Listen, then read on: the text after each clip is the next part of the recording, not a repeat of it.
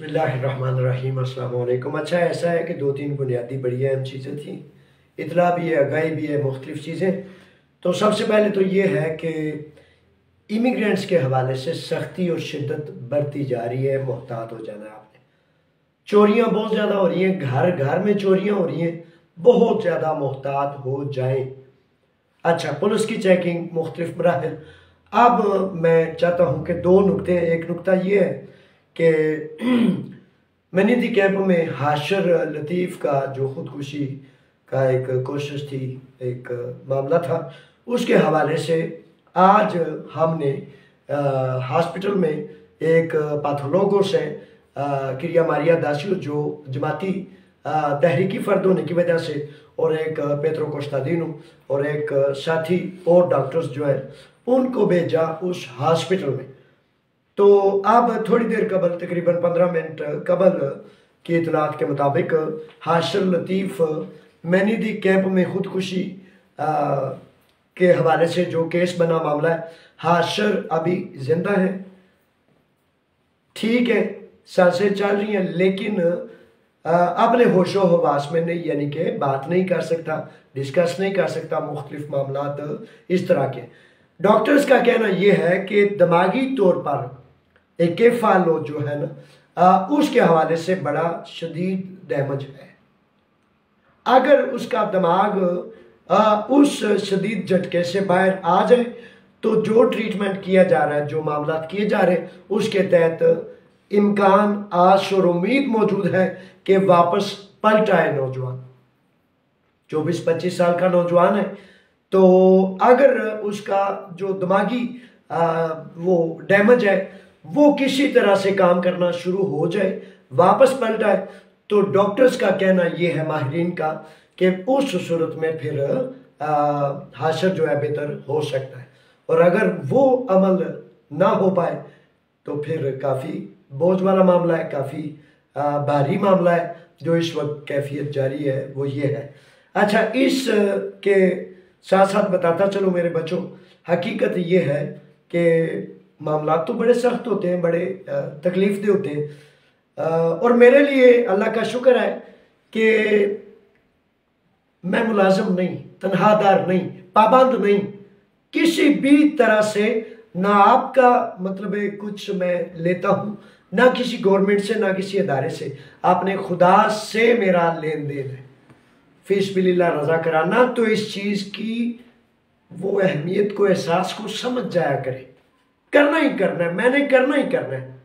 जब सारी दुनिया को छोड़ के, माल को, दौलत को, इज्जतों को, आबरू को, हर चीज़ को छोड़ के इस रास्ते को इख्तियार किया है, शर्म आती है मुझे कि सारे के सारे जो हैं वो दुनियादारी में दुनिया के लिए भाग रहे हो, तो किसी एक को, दो को, 10 को, 20 को अल्लाह और अल्लाह के बंदों के लिए भी भागना चाहिए। तो अल्लाह ताला कबूल करे।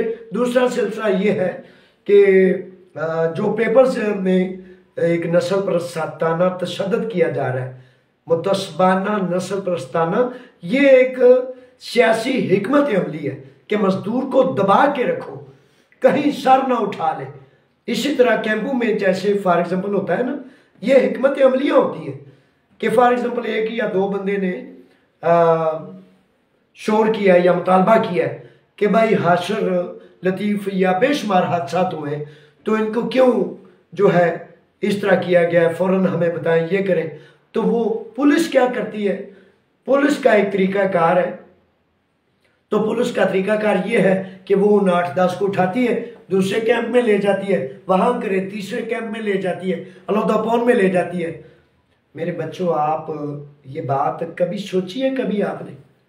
आप तो है एक दिन, एक साल में कभी एक दिन बात उठाने वाले, और मैं हर रोज, हर लम्हे, हर लम्हा मेरा इसी बात पे है कि मैंने आपके हक के लिए, हकूक के लिए, जुल्म से, जालिम से, दबाने वाले से, हुकूमतों से टकराना है।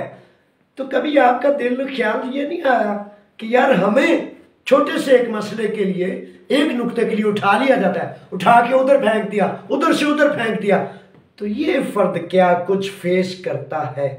कभी सोचा? नहीं ना आई कभी सोच। अल्लाह ताला आपको महफूज रखे।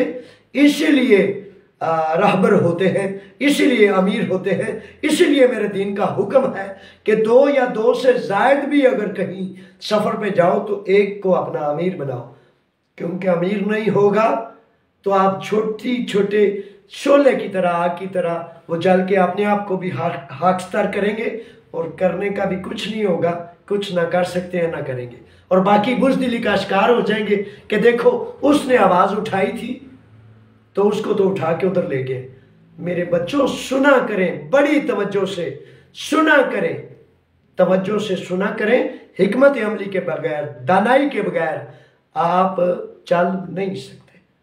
तो पेपर्स के हवाले से मैं बता रहा था कि सियासी हिकमत अमली है कि इनको सर नहीं उठाने देना। 2 साल 3 साल 4 साल ये गुलामों की जिंदगी के तहत गुलामी की जिंदगी बसर करते रहे और किसी सूरत भी सर ना उठा सके। उसके हवाले से इस मसले को मैं हल करने के लिए कोशा हूं, लेकिन मेरी कोशिश और कावश तब मुकम्मल होगी जब आप यूनान के गोशे गोशे में सारी कौमें इस बात के मामले को, एहसास को समझ सकें। जिस तरह निकिया में, रंदी में मीटिंग्स हुई हैं, इसी तरह पीरिया में, गालियो में, पेरिस्तेरी में, नया यूनिया में, पूरे यूनान में मीटिंग्स गली गली, करिया करिया, गांव गांव होंगी और फिर हम 8, 10, 12, 15, 20 हजार लोग पूरी दुनिया को ये बताएंगे। अच्छा बताएंगे और इस मसले का हल करेंगे। अच्छा बड़े सारे लोग कल एक मीटिंग थी तो उसमें एक साथी कहते हैं कि ओ जी एन जी ना हो किधरे के और ज्यादा को मुश्किल काम कर दे और ज्यादा बड़ी मुसीबत ना आ जाए। ये वो नफसियाती हमला होता है जो आपको गुलाम रहने पर राजी करता है। मेरे बच्चों खरीसी अवगी थी, 18-20 उनके अराकीन असम्बली थे, तीसरी सबसे बड़ी कुव्वत थी यूनान की। तो सारे लोग ये कहते थे कि कुछ नहीं हो सकता, हम परदेसी हैं, इमिग्रेंट हैं, फॉरनर हैं। लेकिन फिर क्या हुआ, 10 साल मुसलसल मेहनत और कोशिश से वो सारी की सारी जमात जेलों में गई और अल्लाह ताला ने हमें फातेह बनाया, अल्लाह ताला ने हमें इज्जत अता फरमाई। सफारतखाना है पाकिस्तान में, पूरी एक मशीनरी, पूरी तोप टैंकों से लेकर पूरी ब्यूरोक्रेसी, पूरी टेक्नोक्रेसी, एक ही उनका नुक्ता है कि रिश्वत लेनी है, जिस तरह से भी बाल पड़े लेनी है। पाकिस्तानी कौम उनके लिए एक जैसे कस्टमर होते हैं ना कि इनसे माल निकालना है। तो 11 माह 2 रोज पूरा धरना दिया, बर्फ बारिश, पुलिस डंडे सब कुछ। लेकिन अल्लाह का शुक्र है, अल्लाह का शुक्र है कि मेरे बच्चों ये हुकूमतें नहीं सुनती, अदालतें नहीं सुनती, आर्मी नहीं सुनती। ये ब्यूरोक्रेसी बेचारी, जिन लोगों को रिश्वत का नशा ही बन जाता है उनका फिर इलाज करना पड़ता है। तो इलाज के लिए क्या हम करने पड़ते हैं। इसी तरह अगवा शुदगान के हवाले से 28 पाकिस्तानियों को अगवा कर लिया गया था। दुनिया की इंटरनेशनल एजेंसियां, इंटरनेशनल इदारे हमारे सरों पर आ गिरे थे। 1 लाख, 2 लाख, 10 लाख, 1 मिलियन यूरो नहीं, ट्रिलियन यूरोस की ऑफर्स भी थी और दूसरी तरफ खौफ और दहशत भी था। गिरफ्तार करके गुमदानामों ले जाना है, अफगानिस्तान के पहाड़ों में ले जाना है। तो बचाने वाला अल्लाह है मेरे बच्चों, बचाने वाला अल्लाह है। इतने बड़े बड़े काम, इतने बड़े बड़े काम। फिर जलील तरीन उन ब्यूरोक्रेट्स ने इल्जाम लगाए।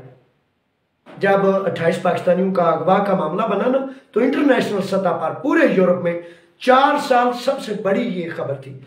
और 17 PhD स्कॉलर्स ने यहाँ यूनान में मुझ पर PhD के थीसिस लिखे कि क्यों, कि इस फर्द के पीछे क्या है, कैसे ये खड़ा होता है। तो मेरे आगे भी, मेरे पीछे भी, मेरे सर और माथे पे भी मेरे अल्लाह का हुक्म है।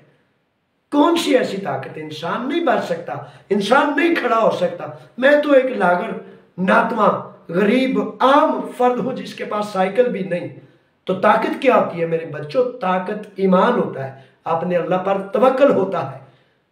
तो इस तरह फिर जब मामलात बने तो आप अंदाजा नहीं कर सकते, अंदाजा नहीं ला सकते कि रिश्वत के जो मरीज हैं चाहे वो हाकिम वक्त हो, चाहे वो ब्यूरोक्रेट हो, चाहे वो सफीर हो।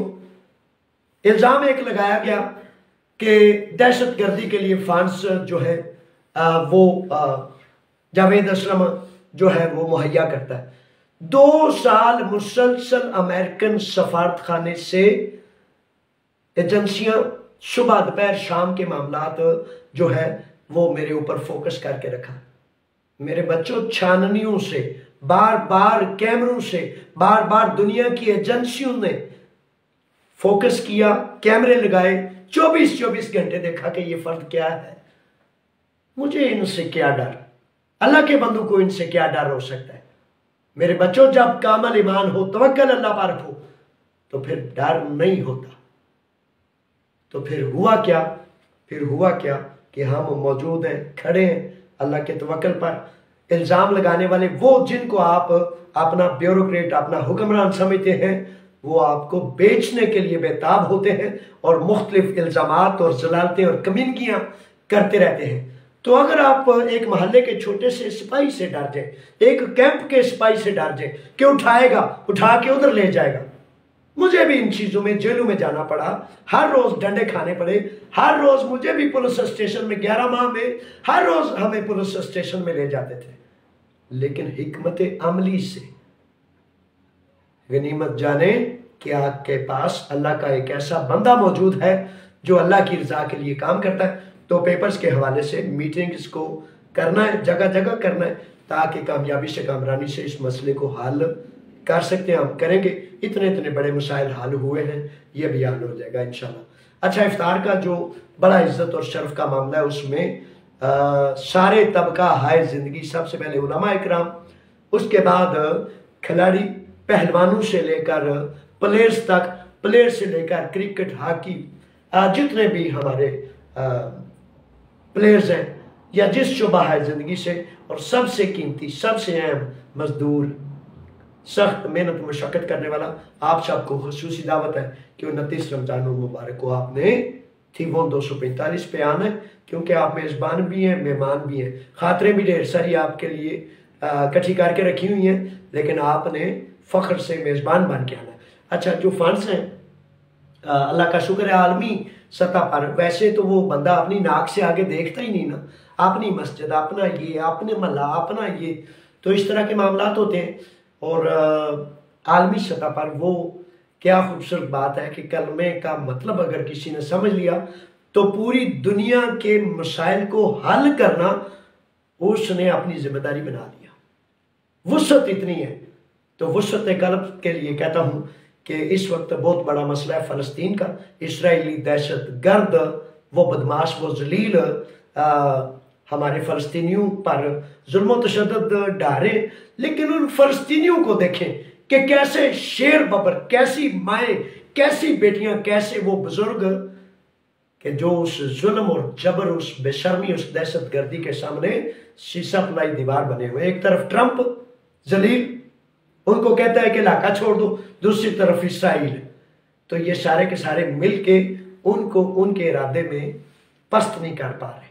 तो इसलिए हमने जो फंड्स है, जो मामलात है, फितराना, ज़कात, सदकात, वो आपने 29 रमज़ान मुबारक को आते हुए ले आने, ताकि जो है ईद से कबल का हुक्म है कि फितराना ये चीज़ें इकट्ठी कर लें। ठीक है जनाब, ये थी सूरत हाल अब तक के लिए चोरियों का। फिर कहता हूँ कि बहुत ज़्यादा कसीर तादाद में चोर जो आपका, वो कहते हैं ना, घर का बेती लंका डाय, कोई ना कोई आपके करीब ऐसा है जो वो उन चोरों को बेचता है या खुद आता है। तो इन चीज़ों पर फोकस रखें। अल्लाह की अमान में, अल्लाह के हवाले। अस्सलाम वालेकुम।